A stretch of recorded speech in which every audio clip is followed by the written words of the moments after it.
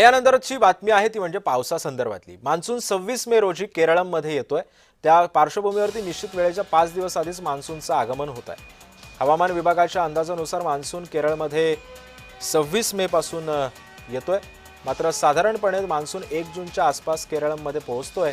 मात्र यानंतर देशाच्या इतर भागांना व्यापण्यासाठी उत्तरेकडे सरकतोय।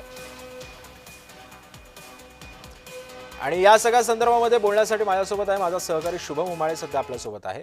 शुभम, आपण बघतोय की मान्सून आता काही दिवसांवरती येऊन ठेपलेला आहे आणि असं असतानाच लवकर मान्सून येतोय। कशा पद्धतीने खबरदारी घेण्याचं आवाहन हवामान खात्याने केलेलं आहे?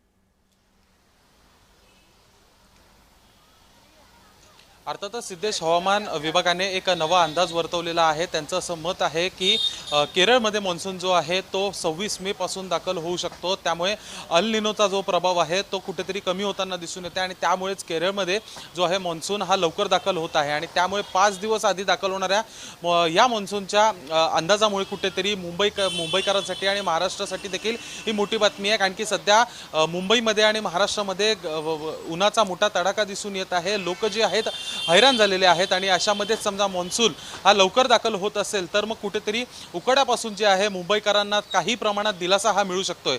अशामध्ये समजा पाहायला गेलं तर केरळमध्ये मान्सून दाखल झाल्यानंतर कर्नाटक, गोवा आणि मग तळ कोकणापासून जो आहे मुंबईपर्यंतचा प्रवास हा असा पावसाचा असतो आणि अशामध्येच कुठेतरी मुंबईकरांना देखील दिलासा मिळेल आणि महाराष्ट्रामध्ये देखील अनेक ठिकाणी जो आहे तो लवकर पाऊस जो आहे तो दाखल होताना दिसून येईल।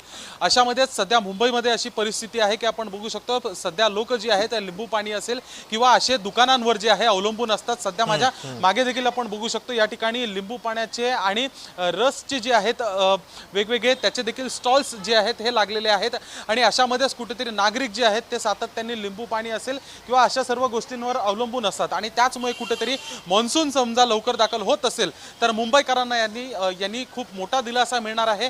आणि अशामध्येच मुंबईमध्ये लवकर पाऊस समजा दाखल होत असेल तर मुंबईमधील जी पावसापूर्वीची जी प्रलंबित कामे आहेत त्यांना देखील लवकरात लवकर आवरणे हे देखील महापालिकेसमोर एक मोठं आव्हान असणार आहे। सिद्धेश, नक्कीच धन्यवाद शुभम, तू दिलेल्या सविस्तर माहितीबद्दल।